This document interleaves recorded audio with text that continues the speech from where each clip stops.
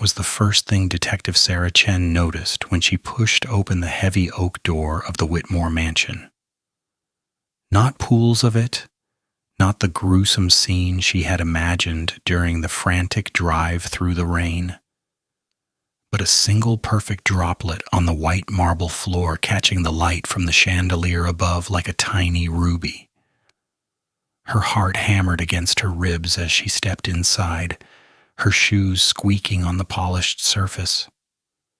The silence in the house felt wrong, heavy with secrets that seemed to press against her chest. She had been a detective for 12 years, had seen things that would make most people lose sleep for weeks. But something about this case already felt different. Maybe it was the way the elderly butler had called her, his voice shaking so badly she could barely understand him. Maybe it was the storm raging outside, turning the afternoon sky black as midnight. Or maybe it was just the knowledge that somewhere in this enormous house, a young man had disappeared without a trace, leaving behind only questions and that single drop of blood. Sarah pulled out her phone and took a photo of the droplet before calling out into the darkness. "Mr. Harrison, it's Detective Chen. Where are you?" "In the library, Detective," came a trembling voice from somewhere deep in the house. "Please hurry, something terrible has happened." She followed the voice through a corridor lined with portraits of stern-faced ancestors, their painted eyes seeming to follow her movement. The mansion was exactly what she had expected from the Whitmore family, one of the wealthiest families in the city. Everything screamed old money, from the antique furniture to the Persian rugs that probably cost more than her yearly salary. But wealth could not protect anyone from tragedy, she thought. Sometimes it just made things more complicated. The library was enormous, with shelves reaching up to a ceiling decorated with elaborate plasterwork. In the center of the room stood Albert Harrison, the butler who had called her. He was a thin man in his 70s wearing a perfectly pressed suit despite the late hour. His hands were clasped together so tightly that his knuckles had turned white. "Thank you for coming so quickly, Detective," he said, his voice still shaking. "I did not know what else to do. The family, they are all in shock." "Tell me exactly what happened," Sarah said, pulling out her notebook.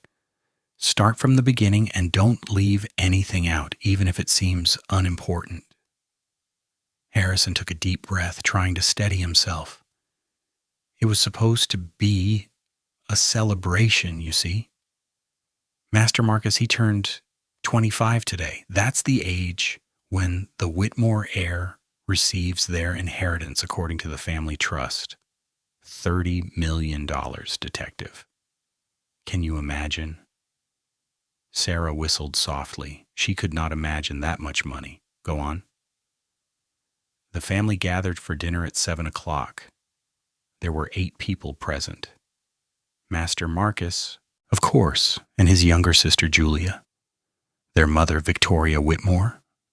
Marcus's fiancée, Elizabeth Monroe. His best friend from university, David Chen, who had flown in from New York for the occasion.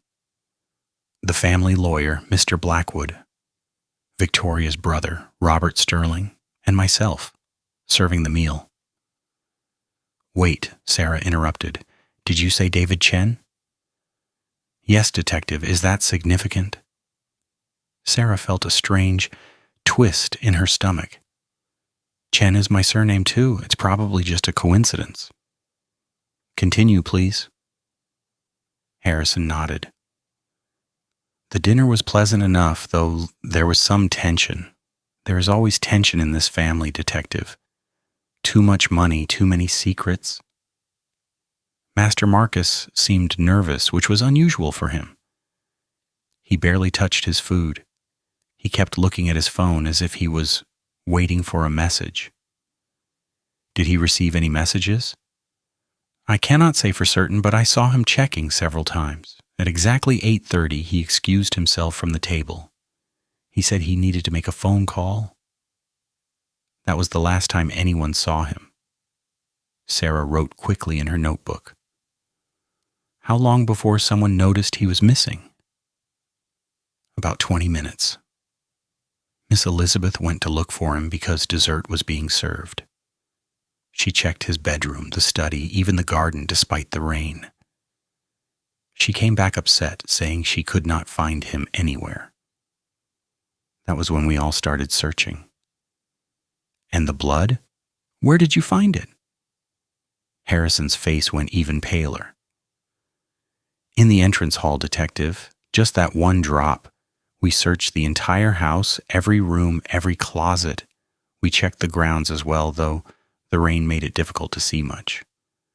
Master Marcus has vanished completely. His car is still in the garage. His phone, his wallet, everything is still in his bedroom. It is as if he simply evaporated into thin air. Sarah felt the familiar tingle of a challenging case starting to unfold. I need to speak with everyone who is at that dinner. Is the family still here?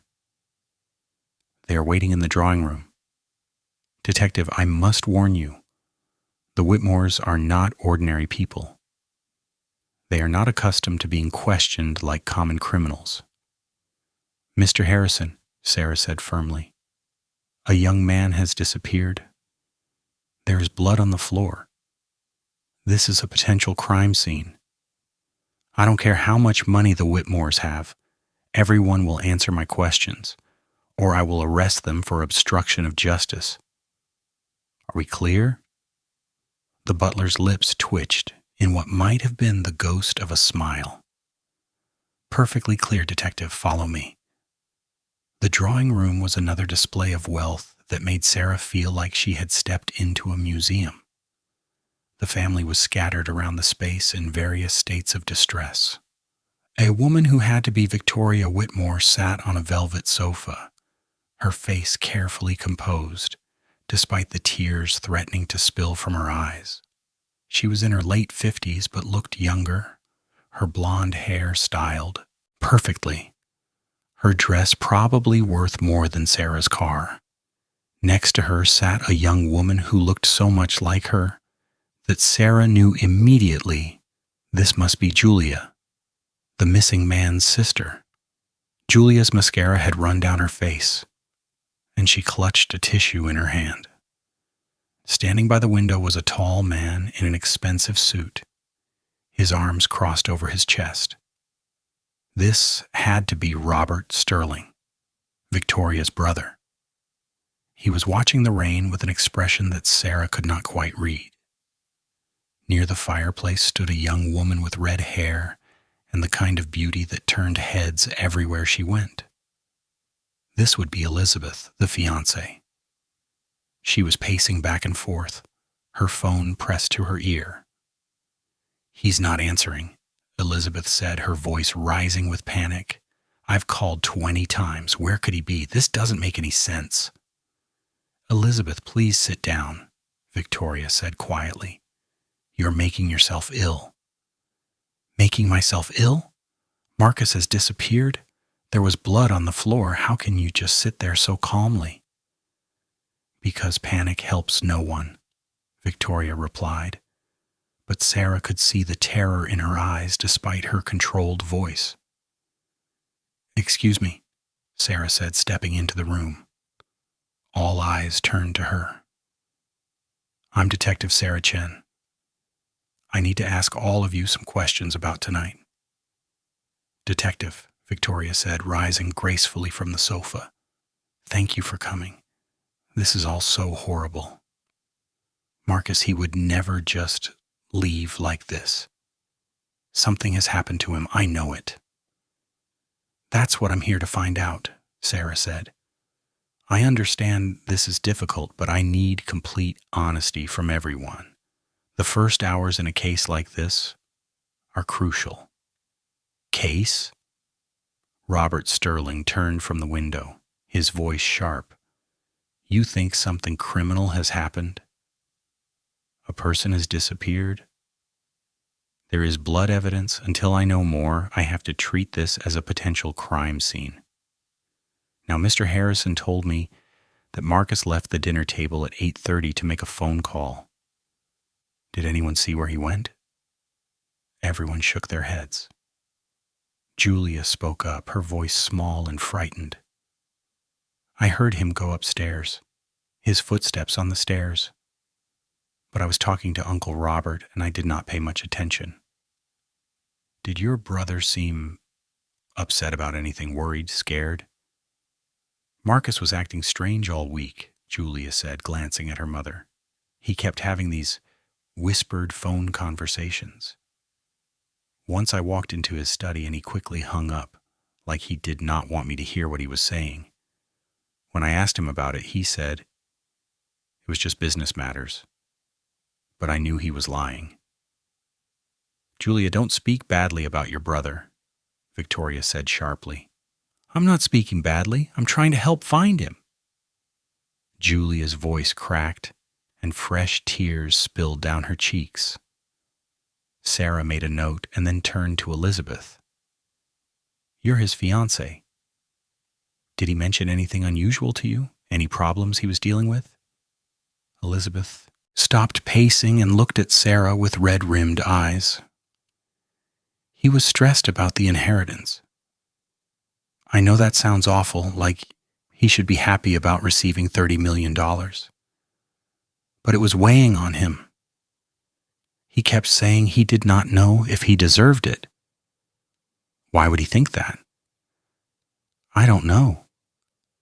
Marcus could be very hard on himself sometimes. He felt pressure to live up to the family name, to be worthy of the Whitmore legacy. His father died 5 years ago, and I think Marcus still felt like he had not proven himself. Tell me about the phone call, Sarah said.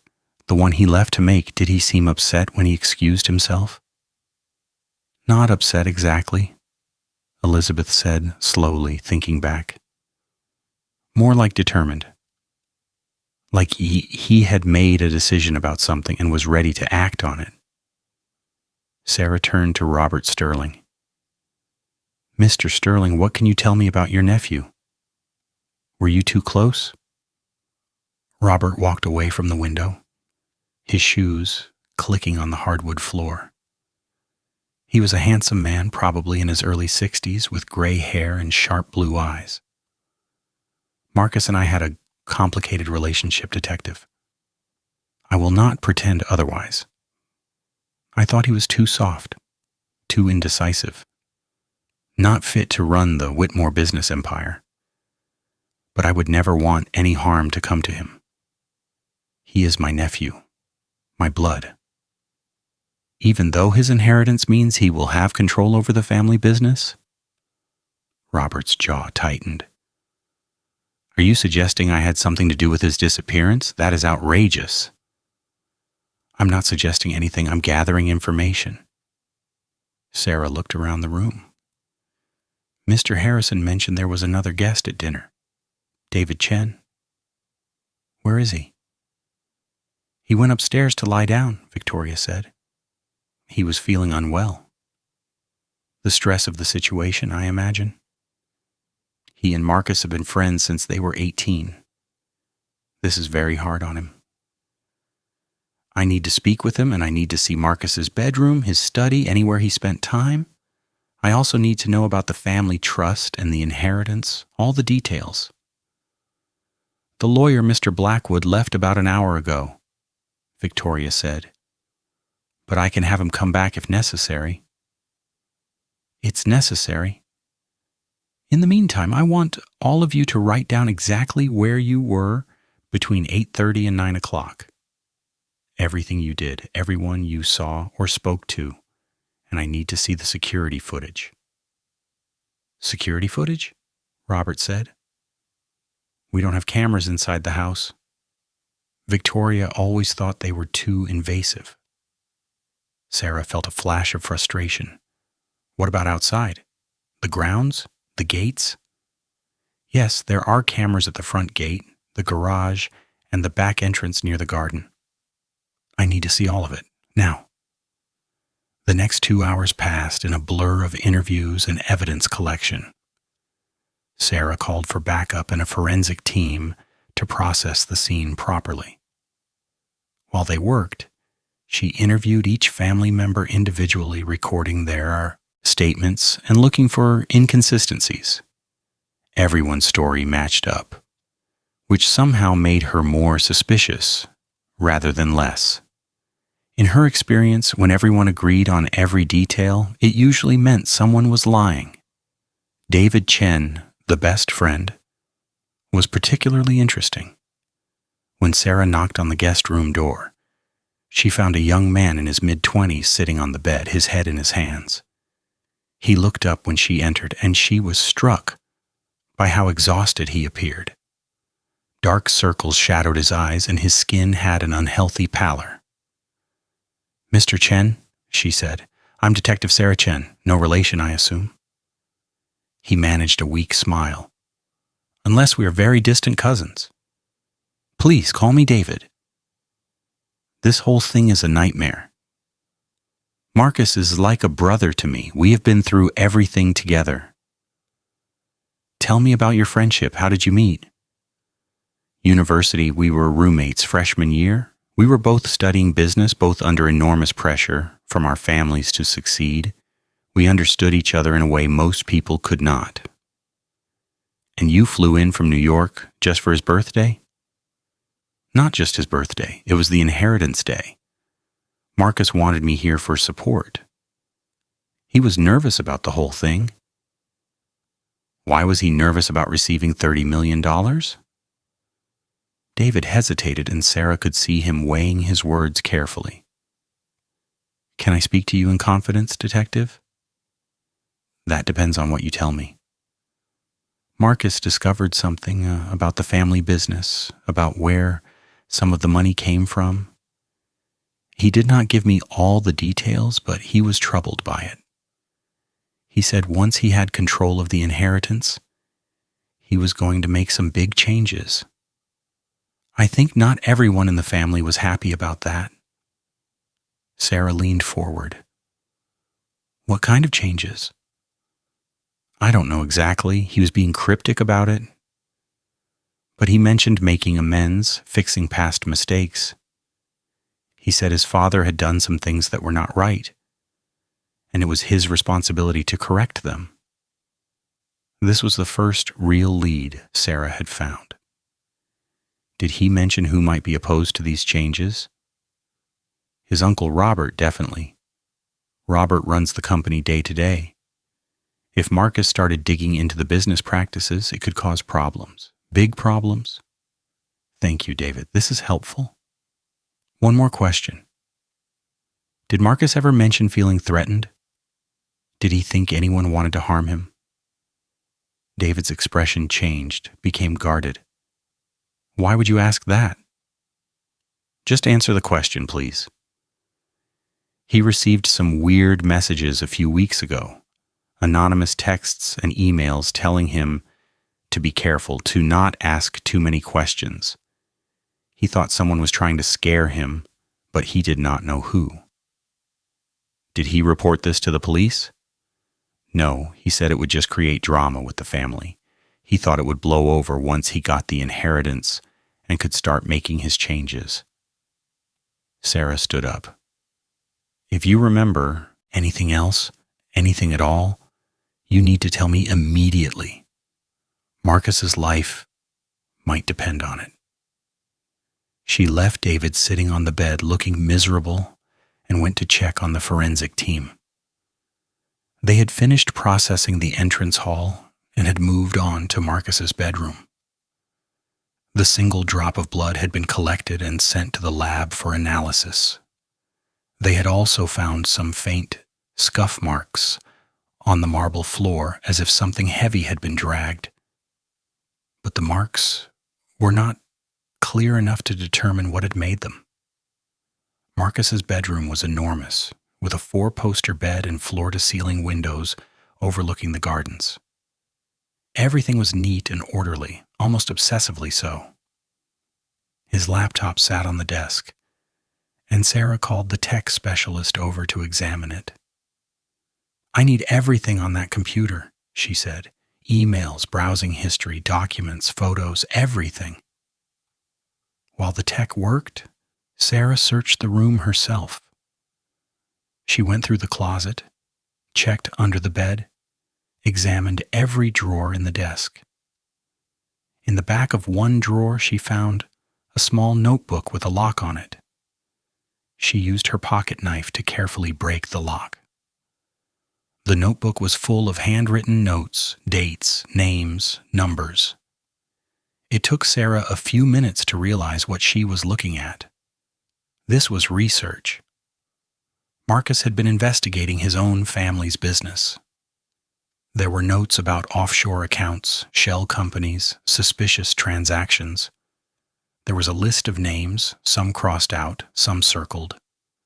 At the top of one page, in large letters, Marcus had written, "The truth about Father's death." Sarah's heart began to race. According to everyone she had spoken to, Marcus's father had died 5 years ago in a car accident. It had been ruled an accident by the police at the time. But this notebook suggested Marcus thought otherwise. Had he discovered something that got him killed? Or kidnapped? She photographed every page of the notebook and then took it as evidence. When she came back downstairs, she found Victoria Whitmore waiting for her in the hall. "Have you found anything, Detective?" Victoria asked, her composure finally beginning to crack. "Please tell me you have some idea where my son is." "Mrs. Whitmore, I need to ask you something, and I need you to be completely honest with me. What really happened to your husband 5 years ago?" Victoria's face went white. "He died in a car accident." "Why are you asking about this?" "Because your son was investigating his father's death. He did not think it was an accident. What was he looking for?" "I don't know what you were talking about." "Mrs. Whitmore, your son's life may be in danger. If there is something you are not telling me, now is the time to speak up." Victoria looked around as if checking to make sure they were alone, and then she grabbed Sarah's arm. "Not here. Follow me." She led Sarah through a series of corridors to a small study that looked less formal than the rest of the house. Victoria closed the door behind them and locked it. "What I am about to tell you cannot leave this room," Victoria said, her voice barely above a whisper. "Do you understand? If certain people find out I spoke to you, both of our lives could be in danger." Sarah felt a chill run down her spine. "I'm listening."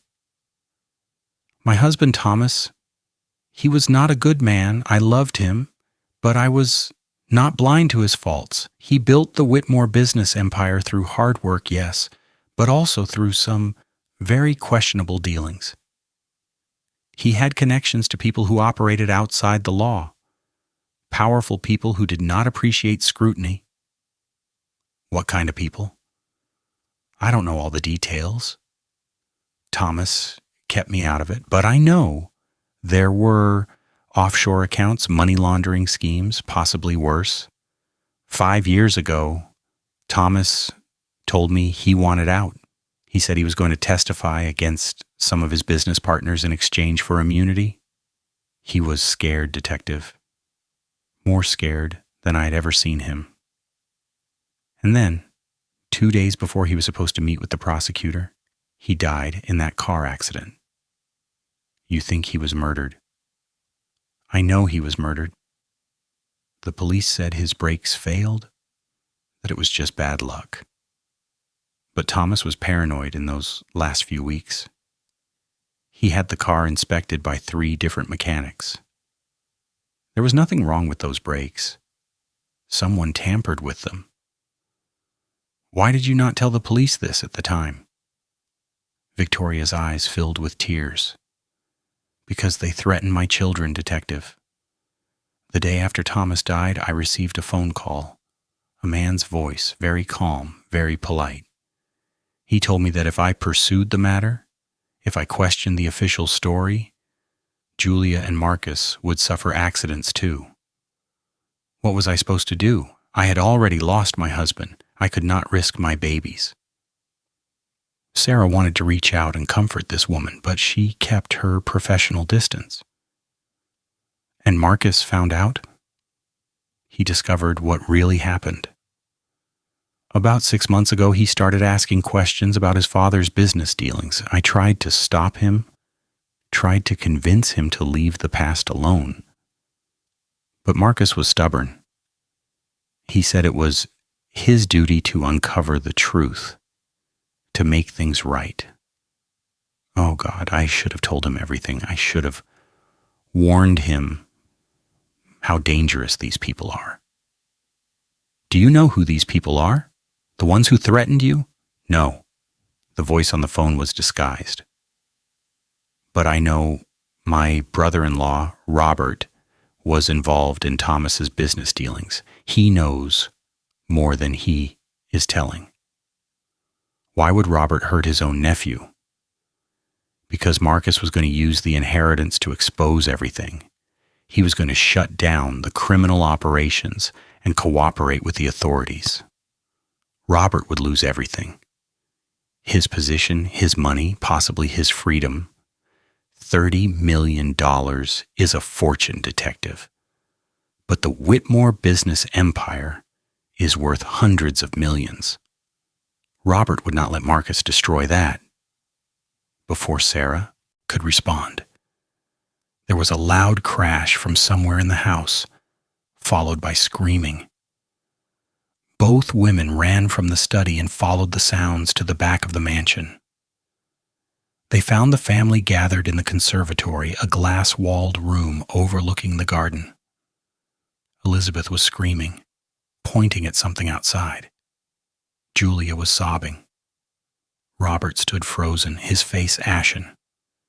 Sarah pushed through to the window and looked out. The rain had stopped, and in the pale moonlight, she could see a figure lying in the garden, face down, not moving. "Stay here," Sarah commanded, pulling out her gun. She ran through the conservatory doors and into the garden, her shoes sinking into the wet grass. As she got closer to the figure, her heart sank. It was a young man wearing the same clothes Marcus had been wearing at dinner according to the descriptions. Dark hair, tall, slim build. She reached the body and knelt down, checking for a pulse with shaking hands. Nothing. She carefully turned the body over, and her breath caught in her throat. It was Marcus Whitmore. There was no doubt about that. But something was terribly wrong. His skin was ice cold, and his body was stiff with rigor mortis. This man had been dead for hours, not minutes. So where had he been? How had he ended up in the garden when they had searched everywhere? Sarah heard footsteps behind her and spun around, her gun raised. It was David Chen, his face a mask of horror. "Is he dead?" David asked, his voice breaking. "Tell me he's not dead." "Stay back," Sarah ordered. "This is a crime scene." No. David fell to his knees. "This can't be happening. Marcus, God, Marcus." Sarah called for backup and the medical examiner, and then she cordoned off the area. The family was not allowed to approach the body, though Elizabeth tried several times, her screams echoing through the night. It was chaos. Pure chaos. Sarah's mind was racing, trying to make sense of what she was seeing. If Marcus had been dead for hours, killed shortly after he left the dinner table, where had his body been hidden? The family and staff had searched the entire house and grounds. The forensic team had gone through the mansion room by room. How had they all missed a dead body? And why would the killer hide the body only to dump it in the garden later where it would obviously be found? Unless the killer wanted the body to be found. Unless this was all part of some elaborate plan. Sarah's phone rang. making her jump. It was the tech specialist who had been examining Marcus's laptop. "Detective, you need to see this," the tech said urgently. "I found something on the computer." Marcus had been receiving threatening emails for weeks. Really disturbing stuff. Death threats, warnings to keep quiet. And there's more. He had been communicating with someone, arranging a meeting. The last email was sent this afternoon. He was supposed to meet someone tonight at 9 o'clock. Where? The old greenhouse on the property. "Detective, the email said Marcus should come alone and not tell anyone. He was instructed to bring proof of the offshore accounts, evidence of the money laundering." Sarah's mind clicked the pieces together. Marcus had not left the house to make a phone call. He had left to meet someone who had promised him information or threatened him, and that meeting had ended in murder. "Get me printouts of all those emails," Sarah said, "and keep searching that computer. I want to know everything Marcus knew." She hung up and looked back at the body lying in the wet grass. The medical examiner had arrived and was performing a preliminary examination. After a few minutes, he stood up and walked over to Sarah, pulling off his gloves. "Well," she asked, "what can you tell me?" "Male, mid-20s, appears to match the description of Marcus Whitmore. Cause of death looks like blunt force trauma to the back of the head. Significant cranial fracture. I will know more after the autopsy, but I would estimate time of death at around 8:45 to 9:15 tonight. So he was killed shortly after he left the dinner table. That would be consistent with my findings. But here's what's strange, Detective.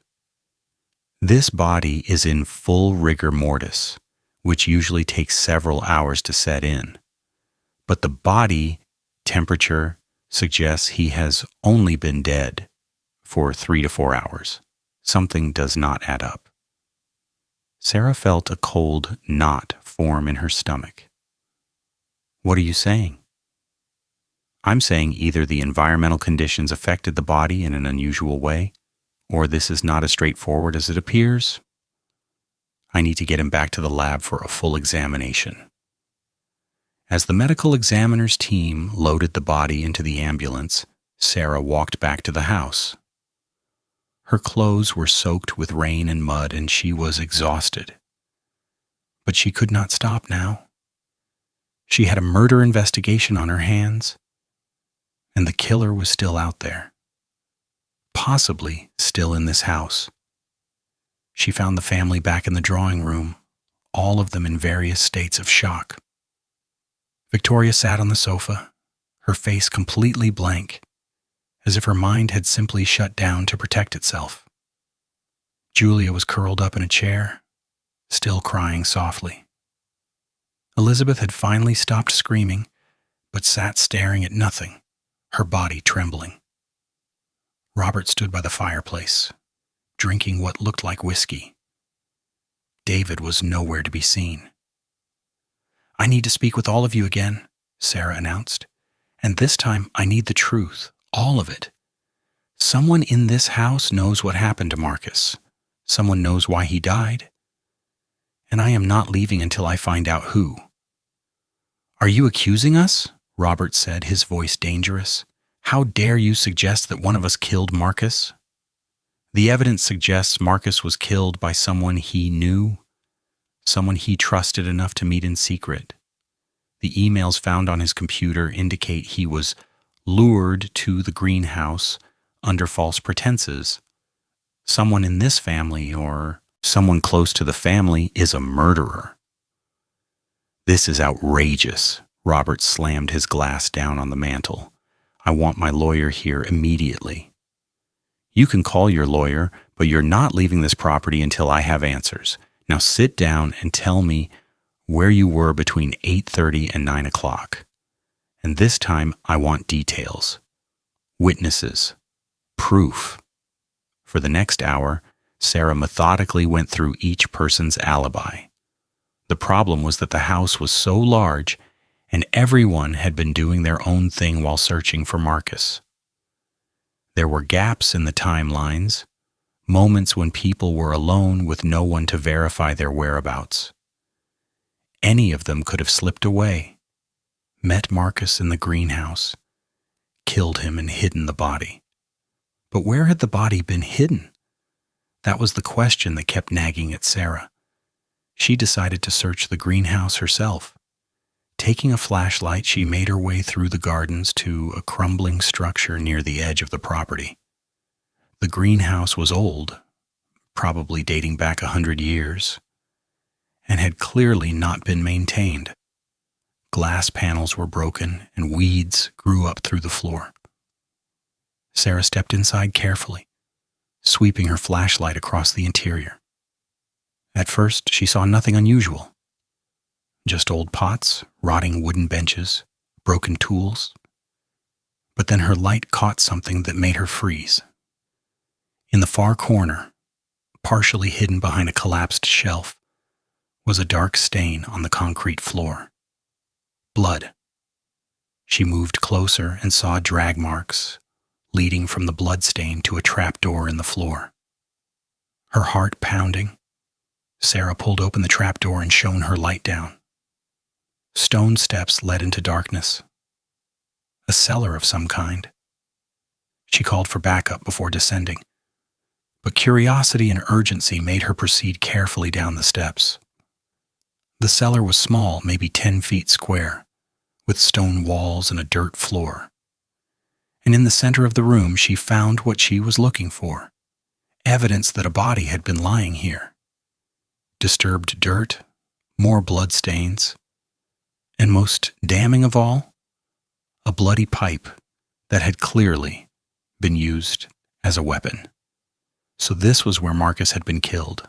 The killer had lured him to the greenhouse, probably under the pretense of sharing information about his father's death. They had attacked him, killed him, and hidden his body in this cellar while the family searched the house. But then, hours later, the killer had moved the body to the garden. Why? Sarah's phone rang again. It was the tech specialist, and he sounded excited. "Detective, I found something else." Marcus had installed security cameras in his bedroom without telling anyone, hidden cameras that fed to a cloud storage account. I have been watching the footage from earlier tonight. And at 8:45, someone entered Marcus's bedroom. They went through his desk and took something. I cannot see exactly what, but it looked like papers or documents. They were in the room for about 3 minutes and then left. Can you see who it was? That is the thing, Detective. They were wearing a mask and gloves. They knew about the camera and were careful not to give themselves away. But I can tell you their approximate height and build. And I timed their movements. I might be able to figure out who it was based on where everyone says they were at that time. Sarah felt a surge of hope. Send me everything you have. And keep looking through that footage. There has to be something we can use. She climbed back out of the cellar and stood in the greenhouse, thinking through the sequence of events. Marcus left the dinner at 8:30 to meet someone. That someone killed him in this greenhouse around 8:45. While the killer was disposing of the body, an accomplice searched Marcus's room for evidence he had gathered about the family business.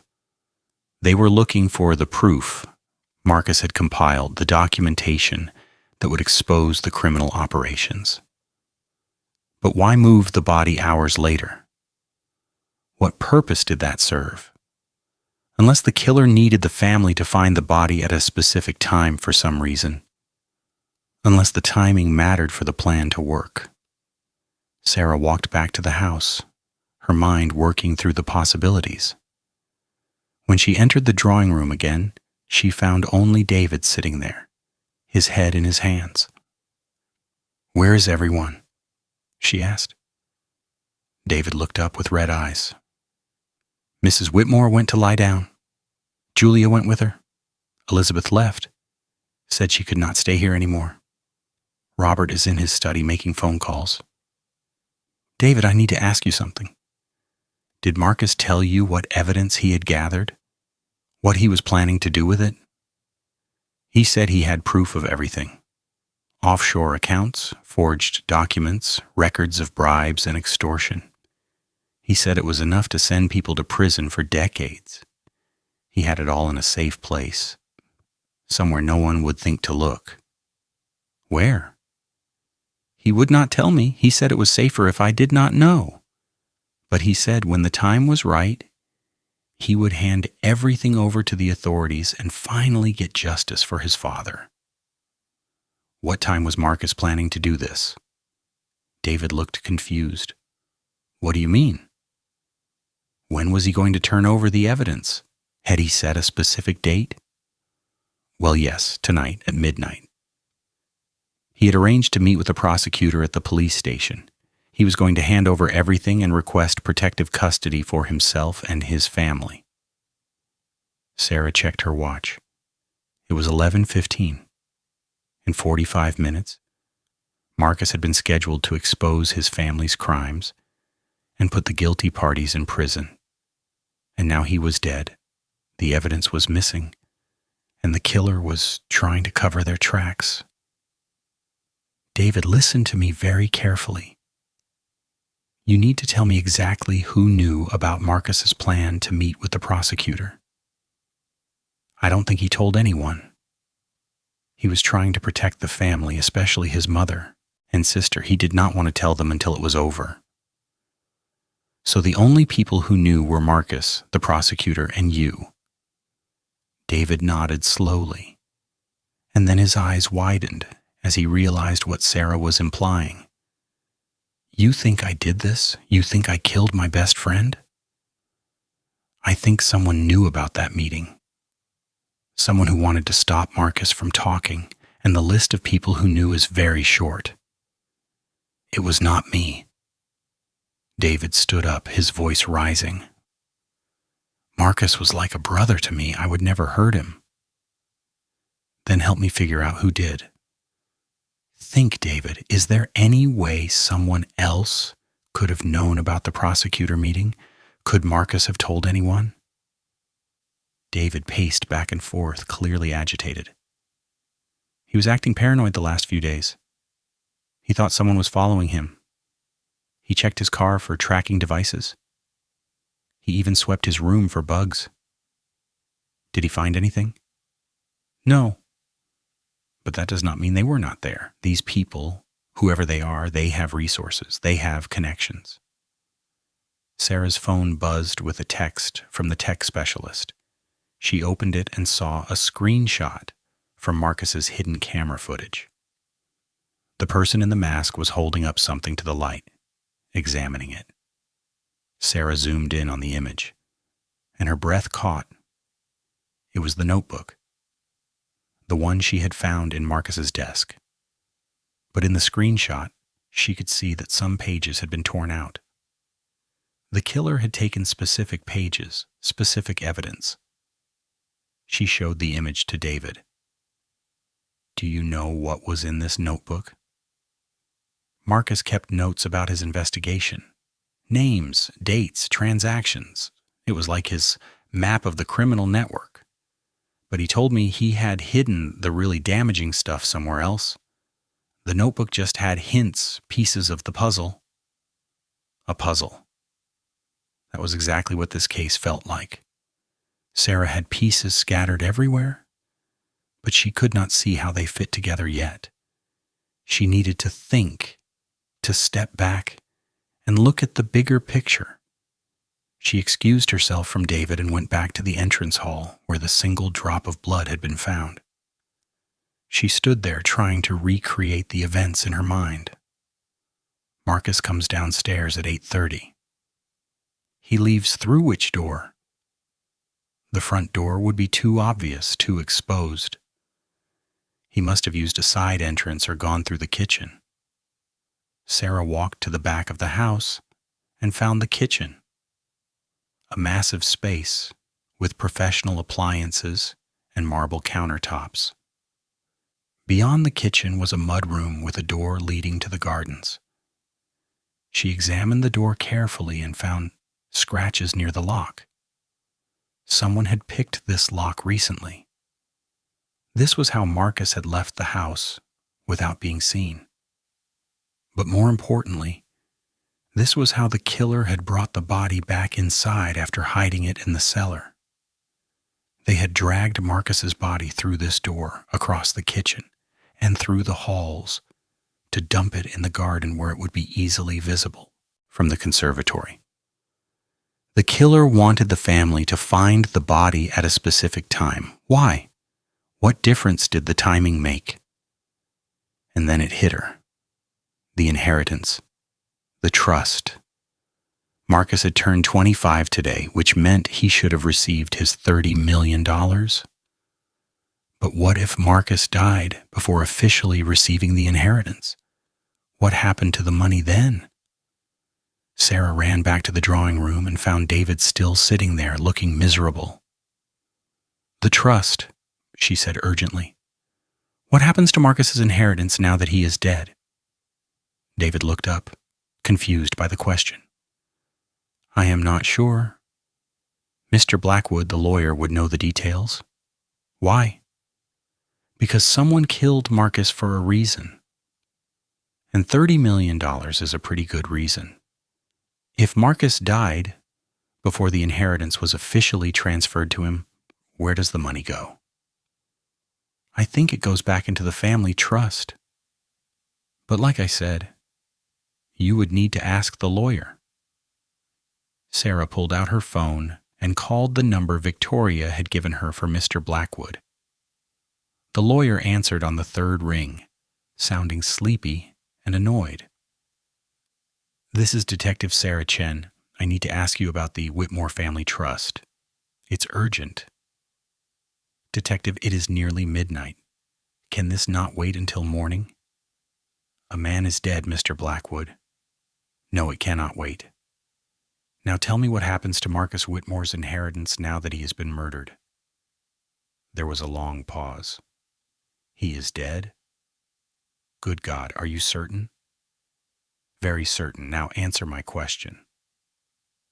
According to the terms of the trust established by Thomas Whitmore, if Marcus died before officially receiving his inheritance, the money would be redistributed among the other family members. Specifically, half would go to his sister Julia and half would go to Victoria. However, the trust also stipulates that the money could only be redistributed if Marcus died of natural causes or in an accident. If he was murdered, the inheritance would be held in legal limbo until the matter was resolved. Sarah felt another piece click into place. What if the death was ruled an accident? What if there was no evidence of murder? Then the redistribution would proceed after a standard waiting period of 30 days. And who would benefit most from that redistribution? Well, Julia would receive $15 million. Victoria would receive the other $15 million. But I cannot believe either of them would harm Marcus. Victoria adores her children, and Julia and Marcus were very close. What about Robert Sterling? Does he benefit at all? Not directly, but Robert has power of attorney over Victoria's finances due to her health issues. So in effect, he would control her portion of the inheritance. There it was. The motive. Robert Sterling had the most to gain from Marcus's death. He would not only prevent Marcus from exposing the family's criminal activities, but he would also gain control of $15 million and maintain his position at the head of the company. Sarah thanked the lawyer and hung up. She needed to confront Robert, but she had to be careful. If he was willing to kill his own nephew, he would not hesitate to harm anyone else who got in his way.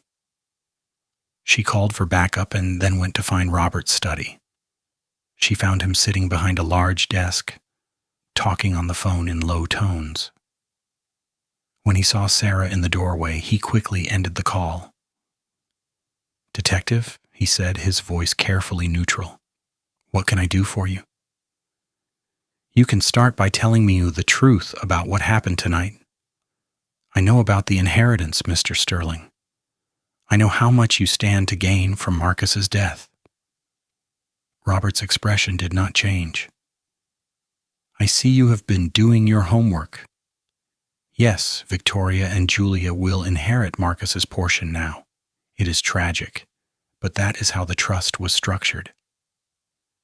And you control Victoria's finances, which means you control $15 million. I help my sister manage her money.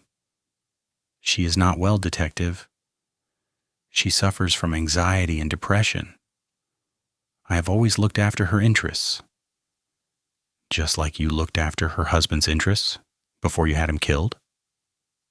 That finally cracked Robert's composure. His face flushed with anger.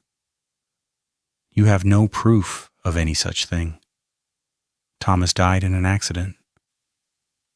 An accident that happened 2 days before he was supposed to testify against his business partners that included you. Marcus figured it out, did not he? He discovered that you were involved in his father's murder. That is what he was going to expose tonight when he met with the prosecutor." Robert stood up slowly, his hands clenched into fists. "You are making some very serious accusations, Detective. Accusations you cannot possibly prove." "Oh, I think I can. Marcus kept detailed records of everything, and once the forensic team finishes going through his computer and his phone records, I am confident we will find the proof we need. You see, you made a mistake, Mr. Sterling. You killed your nephew, but you did not find all the evidence he had gathered. It is still out there somewhere, waiting to be discovered. Even if everything you are saying is true, which I am not admitting, you still have no evidence that I killed Marcus. I was in the house all evening. I was never alone for more than a few minutes. How could I have possibly killed him?" Sarah smiled grimly. "You did not do it yourself. You had help. Someone who could slip away from the house without being noticed. Someone who was desperate enough or greedy enough to help you commit murder." "Who?" Robert demanded. "Name them." "I am still working that out, but I will. And when I do, both of you are going to prison for the rest of your lives." Sarah turned to leave, but Robert's voice stopped her. "Detective, wait. You do not understand what you're dealing with. There are powerful people involved in this. People who will not hesitate to eliminate anyone who threatens their interests. If you pursue this investigation, you will be putting your own life in danger." "Is that a threat, Mr. Sterling?" "It is a warning. From one person to another. Walk away from this. Rule it an accident or a random killing. Save yourself while you still can. I became a detective to find the truth and get justice for victims. I am not going to stop doing my job because some criminals think they are too powerful to face consequences. Marcus Whitmore deserves justice. His father deserves justice. And I am going to make sure they get it." She walked out of the study before Robert could respond. Her hands were shaking with adrenaline and anger. She knew she was close to solving the case, but she still did not have quite enough evidence.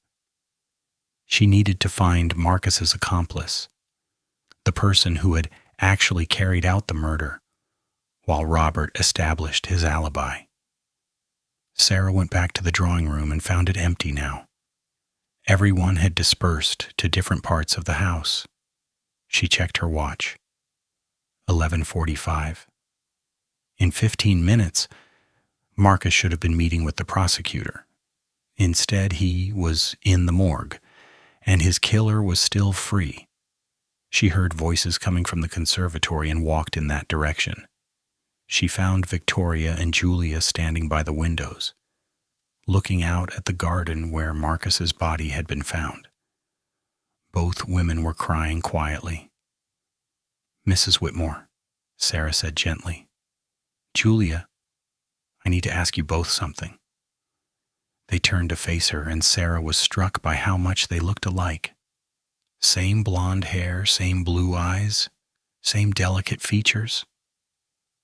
But there was a hardness in Victoria's expression that Julia lacked, a wariness that came from years of protecting dark secrets. "Did either of you know that Marcus was planning to meet with a prosecutor tonight? That he was going to expose the family business?" Victoria closed her eyes as if in pain. "No, he never told me. I wish he had. I would have stopped him. I would have made him understand how dangerous it was." "What about you, Julia?" The younger woman shook her head. "Marcus didn't confide in me about that. But I knew he was investigating Father's death. We talked about it a few times. He was convinced Father was murdered, and he was determined to find out who did it." "And did he tell you what he had discovered?" "He said he was getting close to the truth. He said Uncle Robert knew more than he was admitting. Marcus was planning to confront him after the birthday dinner, after he officially received his inheritance. He wanted to have financial independence before making any moves against Uncle Robert." Sarah's mind raced. Marcus had been planning to confront Robert tonight, after the inheritance was finalized. But Robert had known about this plan somehow, and he had struck first. He had lured Marcus out of the house and killed him before the inheritance could be transferred. But how had Robert known? Who had told him about Marcus's plans? Sarah's phone buzzed with another text from the tech specialist. She looked down and saw a screenshot of an email. It was from Marcus's account, sent to an unknown recipient, detailing his plans for the evening, including the meeting with the prosecutor. But according to the timestamp, this email had been sent after Marcus was already dead.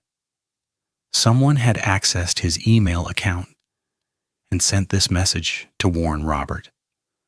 Someone who knew Marcus's passwords and had access to his computer. Sarah thought about who that could be.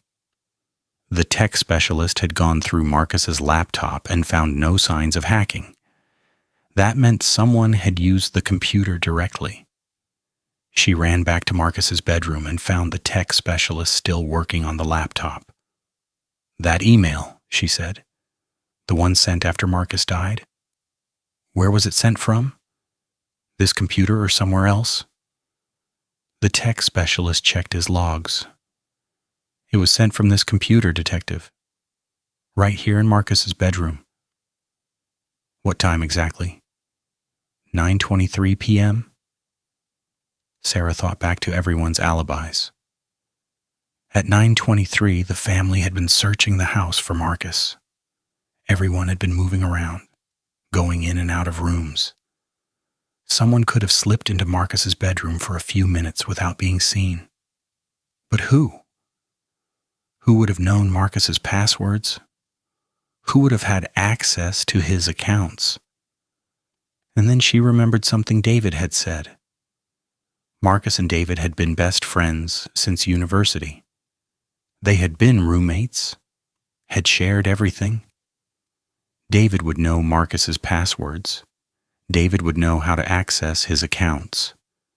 But why would David betray his best friend?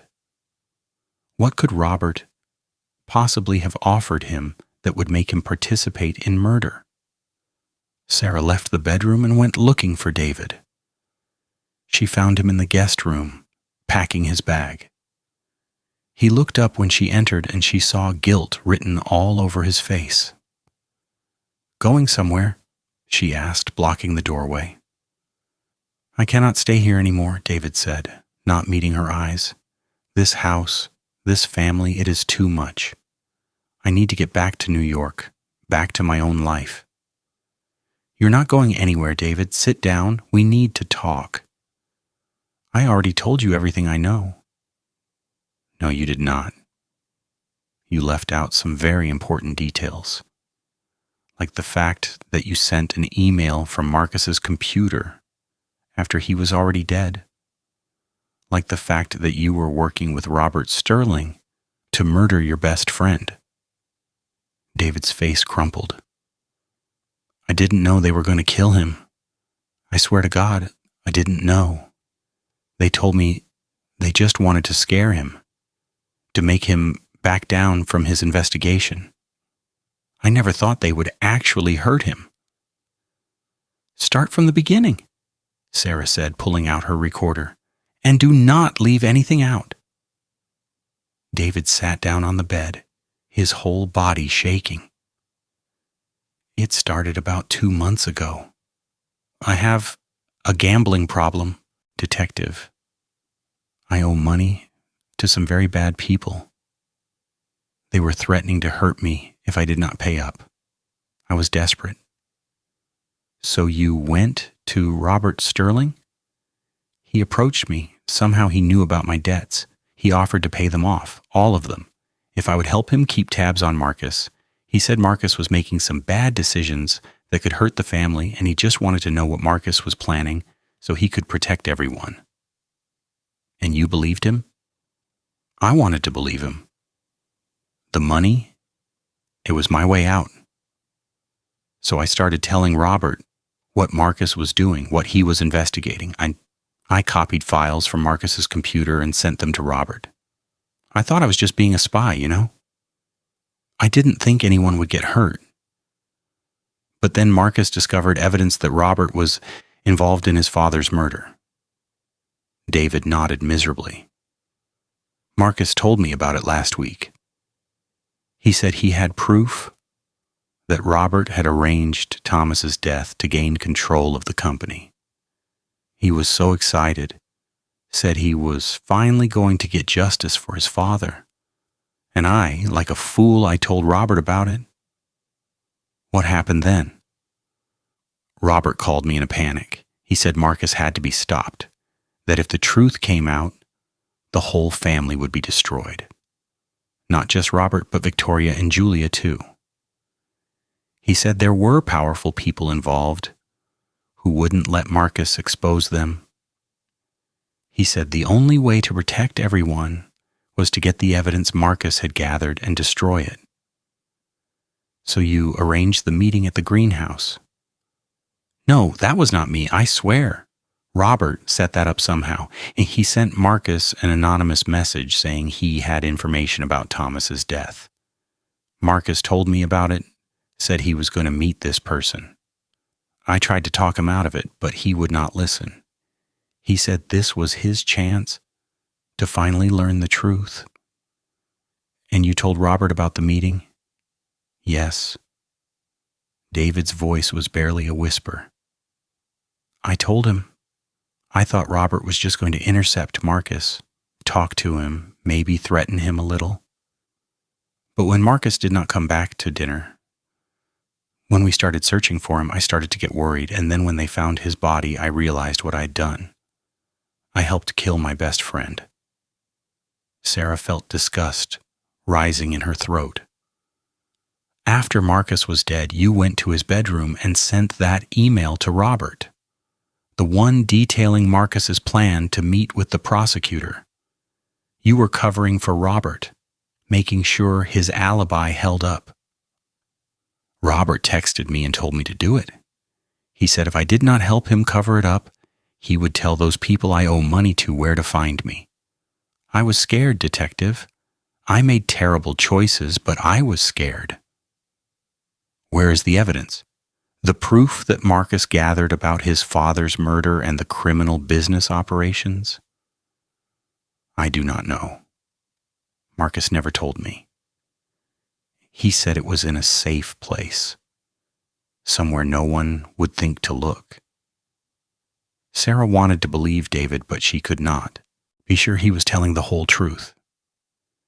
You are under arrest for conspiracy to commit murder and obstruction of justice. You have the right to remain silent. As she read David his rights and cuffed him, there was a commotion from downstairs. Shouting, glass breaking, more screams. Sarah ran from the room with David stumbling behind her, still handcuffed. They made it to the top of the stairs just in time to see Robert Sterling running out the front door. "He has a gun!"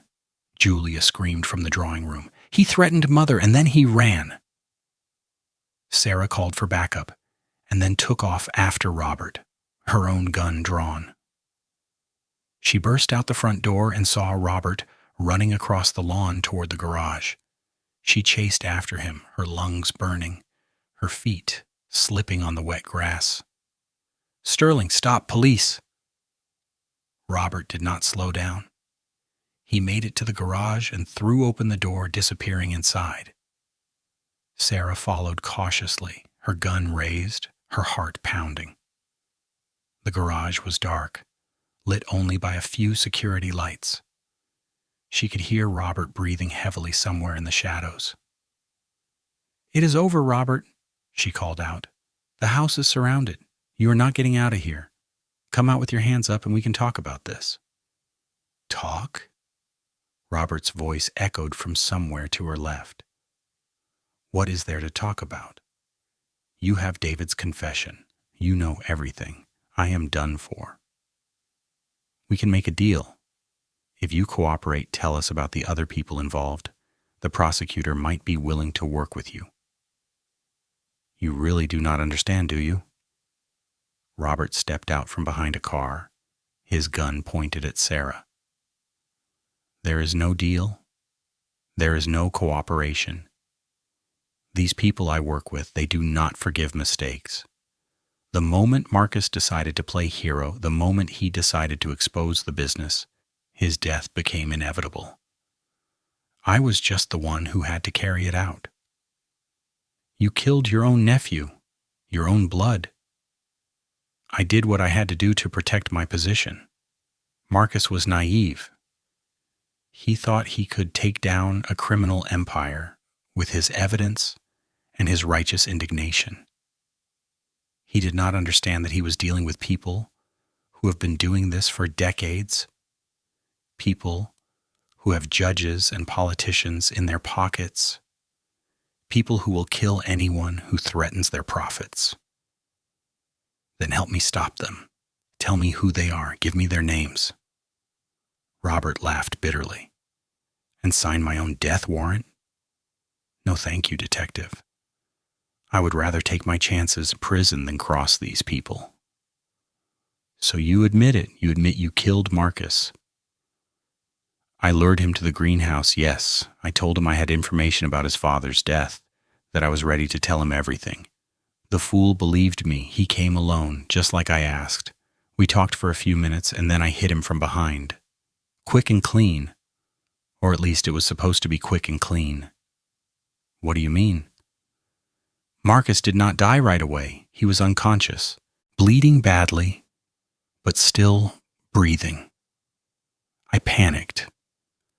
I dragged him down to the cellar under the greenhouse and left him there while I went back to the house to establish my alibi. I thought he would die within a few minutes. But when I went back to check on him later, he was still clinging to life." Sarah felt sick. "So you hit him again. You finished the job." "I did what I had to do, and then I moved his body to the garden where the family would find it. I needed them to discover him at a specific time, after the deadline for the inheritance had passed. If his death was confirmed before midnight, the lawyers would have tied up the money in legal proceedings for months, maybe years. But if he was found after midnight, and if his death could be ruled an accident or a random attack, the money would flow to Victoria and Julia within 30 days. Money that I could control and use to keep the business running. You thought of everything except for one thing. What is that? Marcus was smarter than you gave him credit for. He knew someone might try to stop him, so he took precautions. He gathered his evidence and he hid it somewhere you would never find it. And eventually, Detective, someone will find that evidence. Maybe it will be me. Maybe it will be another investigator. But the truth will come out. And when it does, you and everyone else involved in this criminal enterprise will pay for what you have done. Robert's face twisted with rage. Then I guess I have nothing to lose, do I? He raised his gun and Sarah dove behind a car just as he fired. The bullet pinged off the concrete floor near her head. She returned fire, but Robert had already moved, using the cars as cover. They played a deadly game of cat and mouse through the garage, exchanging gunfire, both trying to get a clean shot at the other. Sarah could hear sirens approaching. Her backup was almost here. She just had to keep Robert pinned down for a few more minutes, but then she heard a sound that made her blood run cold. The electric whir of a car starting. Robert was trying to escape. She ran toward the sound and saw Robert behind the wheel of a Mercedes, the garage door rolling open. She fired at the tires but missed. The car roared to life and shot forward. Sarah had just seconds to make a decision. She could let him go and wait for a roadblock to catch him, or she could try to stop him now. She chose to act. She ran in front of the car and aimed directly at Robert through the windshield. "Stop the car, now!" Robert's face contorted with desperation.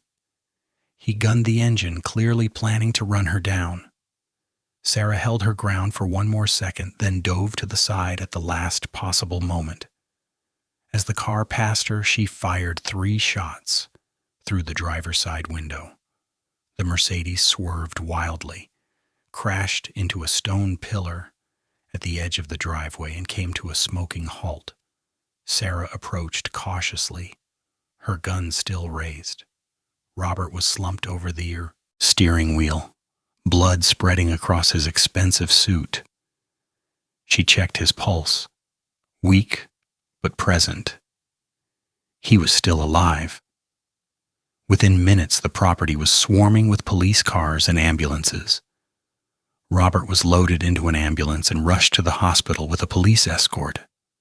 Sarah gave her statement to her captain, explaining the events of the evening. David was taken into custody. The rest of the family was interviewed again and eventually allowed to rest, though none of them would be leaving the property until the investigation was complete.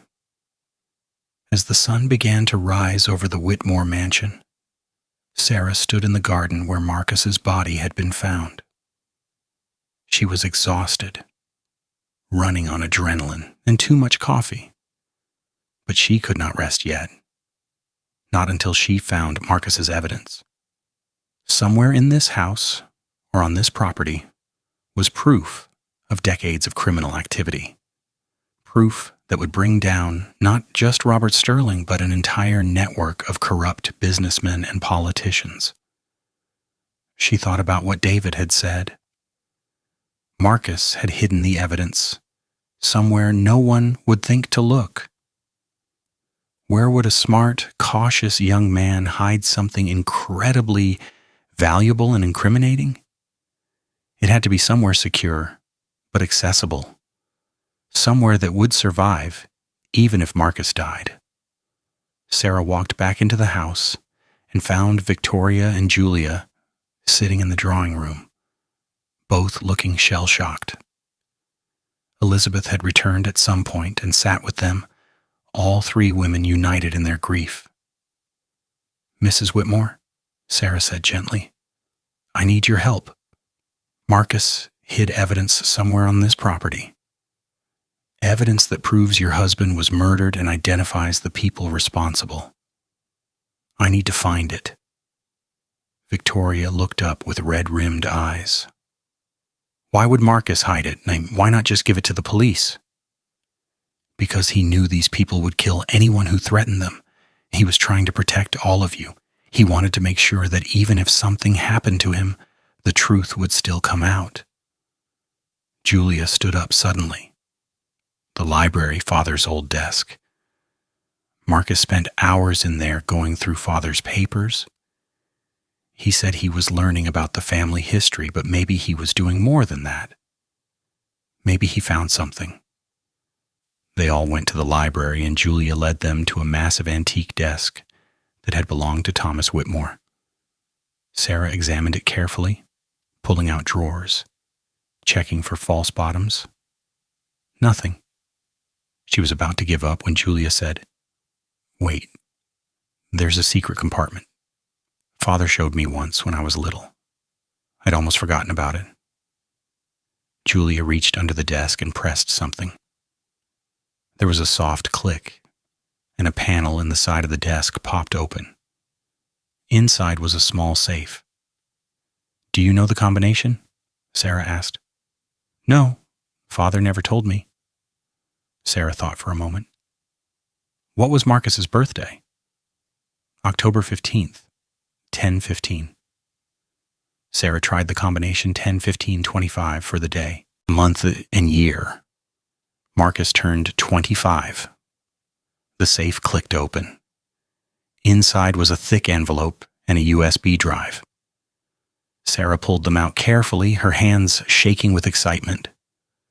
The envelope contained documents, bank statements showing transfers of millions of dollars to offshore accounts, emails discussing bribes and extortion, photographs of Thomas Whitmore meeting with known criminals, and a letter written in Marcus's handwriting. Sarah read the letter aloud. "If you are reading this, it means something has happened to me.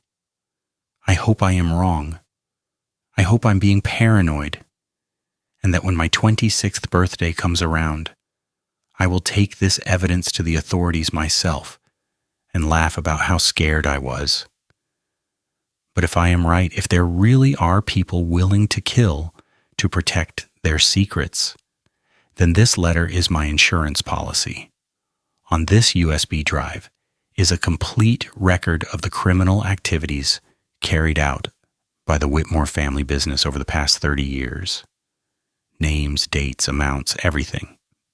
My father was part of it, and I am ashamed of that. But he tried to make it right at the end, and they killed him for it. Uncle Robert was the one who arranged my father's death. I have proof.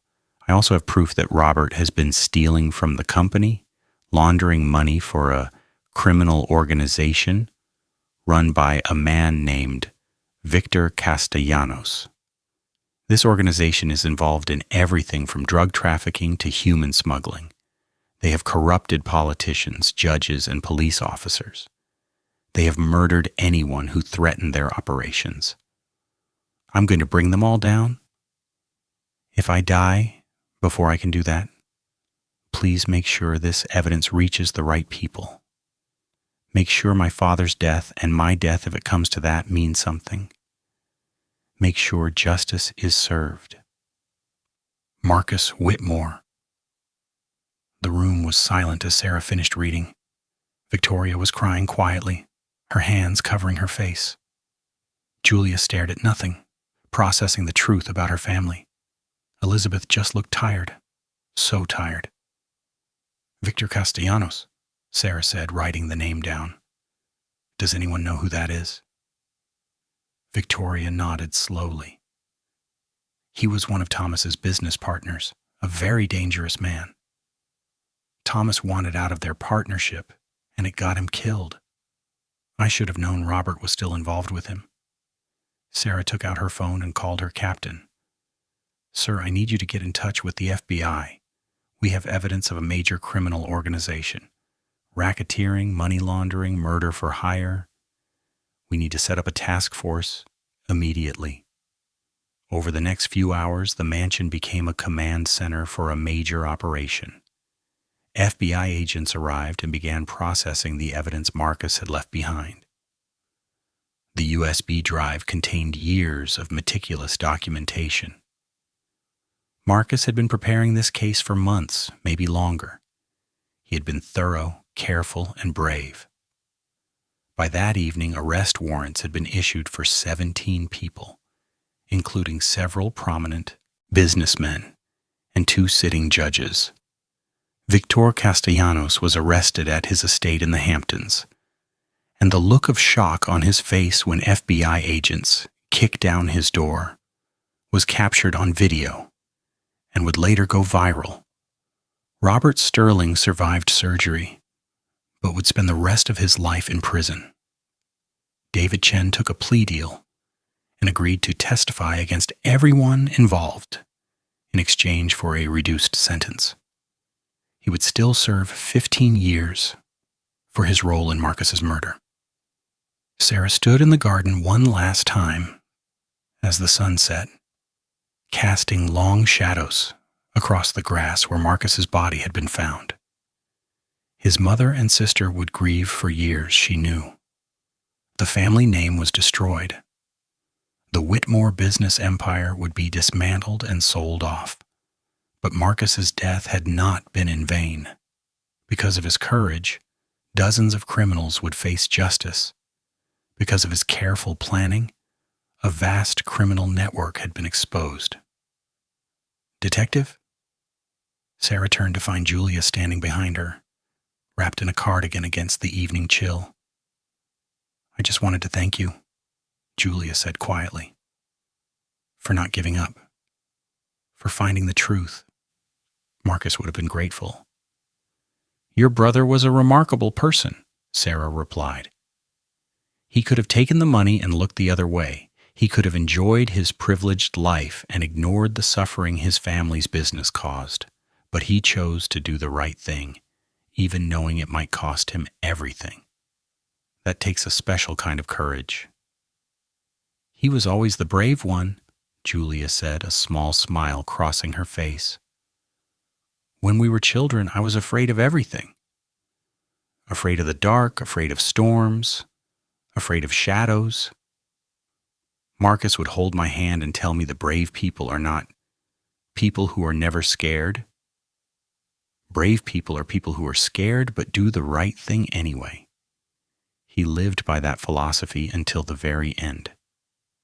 Sarah felt her throat tighten with emotion. What will you do now? You and your mother? Start over, I suppose. We have some money saved, enough to live comfortably if not extravagantly. Mother wants to move away from the city, somewhere quiet, where she can finally have peace. I think I might go back to school. I dropped out of art college to help manage the family business, but I always wanted to be a painter. Maybe this is my chance to finally pursue that dream.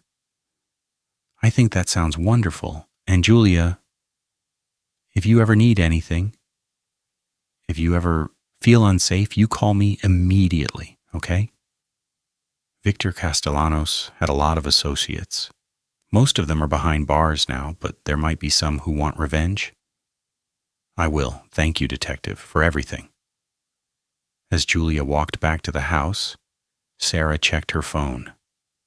She had 17 missed calls from her captain, dozens of emails, and multiple text messages from other detectives wanting to know about the case.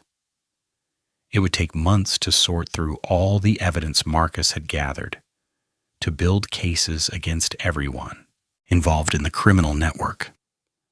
But for now, the most important work was done. Marcus Whitmore had been avenged. His father had been avenged, and a vast criminal conspiracy had been brought into the light. Sarah got into her car and drove away from the mansion for the last time. As the building disappeared in her rear-view mirror, she thought about the single drop of blood that had started this whole investigation. Such a small thing, really. Just one drop. But it had been enough.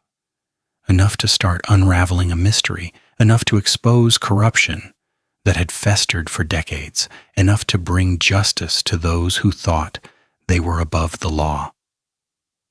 3 months later, Sarah sat in a courtroom watching as Robert Sterling was sentenced to life in prison without the possibility of parole. He showed no emotion as the judge read the sentence, just stared straight ahead with empty eyes. His lawyers had tried every trick they could think of, but the evidence against him was overwhelming. Marcus's documentation was thorough and irrefutable. Victor Castellanos and his associates were tried separately in federal court. Their trials would last for years, but the initial evidence was so damaging that most of them took plea deals rather than risk even longer sentences. The criminal organization they had built was dismantled piece by piece. David Chen served his time quietly, by all accounts, a model prisoner. He had written a letter to Julia and Victoria apologizing for his role in Marcus's death, but Victoria had returned it unopened. Some wounds, Sarah knew, would never heal. Victoria and Julia had moved to a small town in Vermont, where Victoria opened a bookstore and Julia set up an art studio. They were rebuilding their lives slowly, carefully, trying to create something positive out of the tragedy that had destroyed their family. Sarah had visited them once, just to check in, and had been moved by how much at peace they seemed, despite everything they had lost. Elizabeth Monroe had moved back to California, and according to mutual friends was doing well. She had started a foundation in Marcus's name to help young people from disadvantaged backgrounds get business education and mentorship. It was a fitting legacy for a man who had wanted to use his privilege for good. As Sarah left the courthouse that day, a journalist approached her asking for a comment about the case. She kept her remarks brief. Marcus Whitmore was a hero. He gave his life to expose corruption and bring criminals to justice. I hope people remember him not as a victim, but as someone who stood up for what was right even when it was dangerous. We need more people like Marcus in this world. That evening, Sarah went home to her small apartment and poured herself a glass of wine. She was exhausted. The case had consumed her life for months, and now that it was over, she felt strangely empty. She had solved the case. She had caught the killers. Justice had been served. But Marcus was still dead. Thomas Whitmore was still dead, and all the convictions in the world could not bring them back. Her phone rang. It was her captain. "Chen, I need you to come in tomorrow. We have a new case. Missing person, teenager, family is frantic." Sarah closed her eyes and took a deep breath. "I will be there first thing in the morning." Because that was the job. Case after case, victim after victim, trying to bring order to chaos and justice to those who had been wronged. It was exhausting work, heartbreaking work. But it mattered. Every case solved was a small victory against the darkness. Every criminal caught was one less threat to innocent people. Sarah finished her wine and went to bed, knowing that tomorrow would bring new challenges, new mysteries to solve. But tonight, she allowed herself to think about Marcus Whitmore one last time, to remember the young man who had been brave enough to stand against his own family, who had been willing to sacrifice everything for the truth. "Rest in peace, Marcus," she whispered into the darkness. "Your death meant something. I made sure of it." And in that moment, in that quiet apartment on that ordinary evening, Detective Sarah Chen felt a sense of purpose that made all the sleepless nights and difficult cases worthwhile. Because justice mattered. Truth mattered. And as long as there were people willing to fight for both, there was hope. The Whitmore case would become one of the most famous cases of Sarah's career.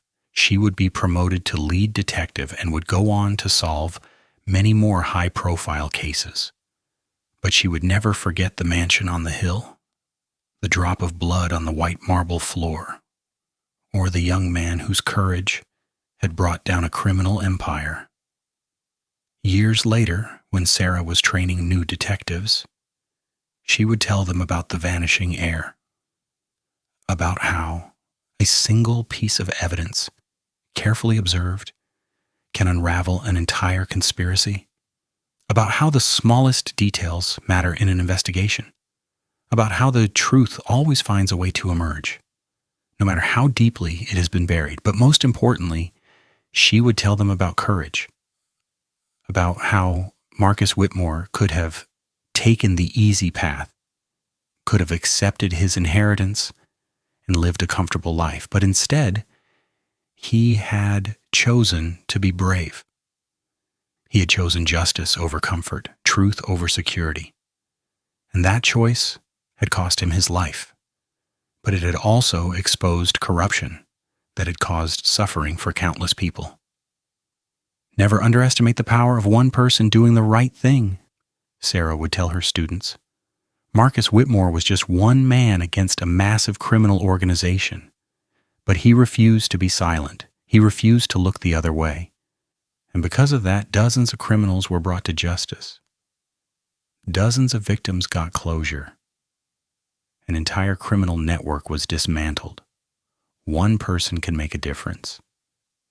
Never forget that. The Whitmore Mansion was eventually sold at auction. The new owners tore down the old greenhouse where Marcus had died and planted a garden in its place. They said the property had too much history, too much sadness. They wanted to bring new life to the grounds, to chase away the ghosts of the past. But some things cannot be erased so easily. The people of the city would remember the Whitmore scandal for generations. Parents would point out the mansion to their children and tell them the story of the heir who had vanished, only to be found dead in his own garden. They would tell them about the detective who had solved the case and brought the killers to justice. And some would tell them the most important part of the story, that Marcus Whitmore had known he was in danger. He had known that exposing his family's crimes might cost him his life. But he had done it anyway because it was the right thing to do. That was the real lesson of the vanishing heir. Not that bad things happen to good people. Not that wealth and power corrupt. Those lessons were obvious. The real lesson was that courage matters, that integrity matters, that one person standing up for what is right can change the world. Sarah Chen understood this lesson deeply. She had seen too many cases where people looked the other way, where witnesses refused to come forward, where victims suffered in silence because they were too afraid to speak up. But she had also seen the incredible power of people who chose to be brave. People like Marcus Whitmore, who had literally given his life to expose the truth. On the anniversary of Marcus's death, Sarah always made time to visit his grave. It was in a small cemetery far from the city, a peaceful place surrounded by trees. His headstone was simple, just his name and dates, with a quote he had apparently requested in his will: "The truth will set you free." Sarah would stand there for a few minutes remembering the case that had defined her career, remembering the young man she had never met, but felt she knew through his meticulous notes and careful planning. And she would make a silent promise to keep fighting for justice, to keep searching for truth, to honor Marcus's memory by never giving up on difficult cases, because that was what victims deserved. That was what their families deserved. They deserved someone who would work tirelessly to find answers, someone who would not stop until justice was served. Sarah was that someone. She had been that someone for Marcus Whitmore, and she would be that someone for every victim who came after. As she drove away from the cemetery that day, Sarah thought about all the cases still unsolved, all the mysteries still waiting to be unraveled. There was always more work to do, always more crimes to investigate, always more criminals to catch. It was an endless battle against darkness, but it was a battle worth fighting. Because somewhere out there, another Marcus Whitmore was gathering evidence against powerful people. Another brave soul was preparing to expose corruption despite the risks. And when that person needed help, when their courage led them into danger, Sarah Chen would be there, ready to investigate, ready to uncover the truth, ready to bring justice to those who thought they were above the law.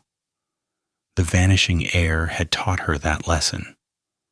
Marcus Whitmore had shown her what real courage looked like. And Sarah would spend the rest of her career trying to live up to that example, trying to be worthy of the trust that victims and their families placed in her. As the sun set over the city that evening, casting long shadows across the streets, Detective Sarah Chen prepared for another day of chasing truth and fighting for justice. Because that was the job. That was the calling. And no matter how difficult it became, no matter how many sleepless nights and dangerous confrontations she faced, she would keep doing it. For Marcus, for Thomas, for all the victims who could not speak for themselves, for justice, for truth, for the hope that someday, in some small way, her work would make the world a little bit safer, a little bit fairer, a little bit better. That was enough. That had to be enough. And somewhere, in whatever comes after this life, Sarah liked to imagine that Marcus Whitmore knew his death had not been in vain, that his courage had sparked a chain of events that brought down a criminal empire, that his sacrifice had protected countless future victims from the corruption and violence that had claimed his father's life, and eventually his own. The vanishing heir had disappeared that rainy night, leaving behind only a drop of blood and a mystery. But what Marcus Whitmore had really left behind was much more valuable. He had left behind proof that one person can make a difference, that courage matters, that standing up for what is right, even at great personal cost, is never a waste. These were the lessons Sarah carried with her every day. These were the truths that sustained her through the difficult cases and the tragic outcomes. And these were the stories she would pass on to the next generation of detectives, ensuring that Marcus Whitmore's legacy lived on long after the headlines faded and the mansion on the hill was forgotten. Because in the end, that is what matters. Not the wealth, not the power, not the mansion or the inheritance or any of the trappings of privilege. What matters is how we choose to use whatever resources we have, whatever position we occupy, to make the world better. Marcus Whitmore had understood that. He had chosen truth over comfort, justice over security, courage over fear. And because of that choice, because of his bravery and his careful planning, dozens of criminals were behind bars. Dozens of victims had received justice. And one small drop of blood on a white marble floor had led to the exposure of corruption that had festered for decades. That was the real story of the vanishing heir. Not a tale of tragedy and murder, though it certainly included both, but a story of courage, of integrity, of one person refusing to be silent in the face of evil. A story that reminded everyone who heard it that we all have a choice about what kind of person we will be, what kind of legacy we will leave behind. Marcus Whitmore had made his choice.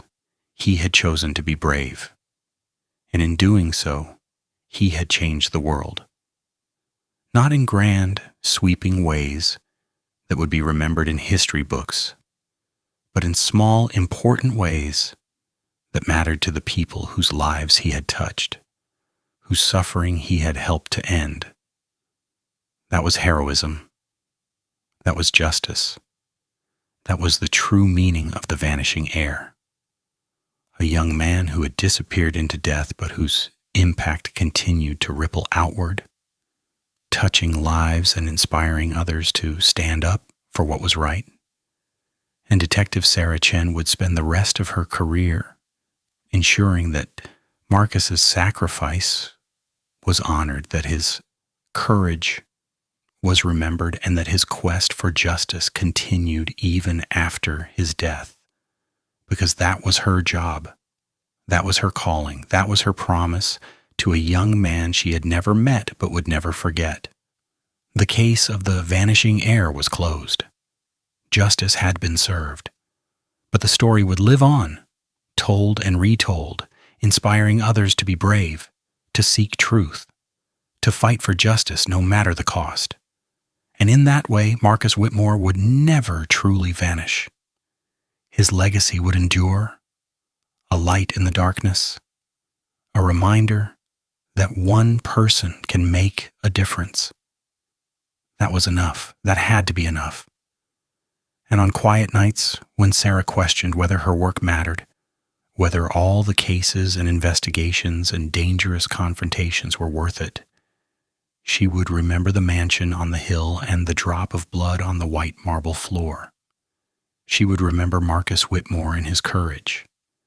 And she would find the strength to keep going, to keep fighting, to keep searching for truth and justice in a world that desperately needed both. Because that was the real lesson of the vanishing heir, that courage is contagious. That one person's bravery can inspire countless others.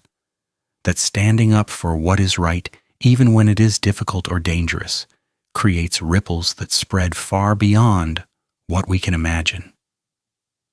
Marcus Whitmore had stood up. He had been brave. And because of that, the world was a little bit better, a little bit safer, a little bit more just. That was his legacy. That was his gift to all of us. And Sarah Chen would make sure that gift was never forgotten, never wasted, never taken for granted.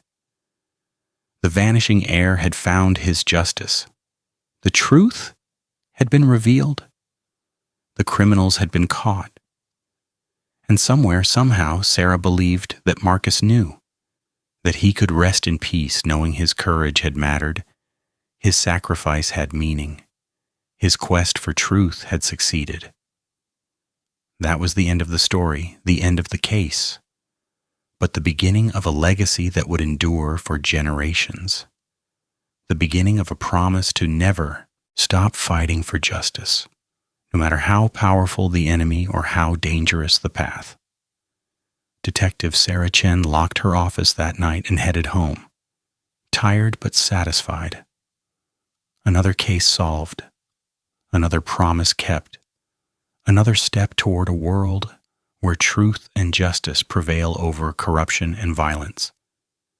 It was hard work, exhausting work, sometimes heartbreaking work, but it was worth it.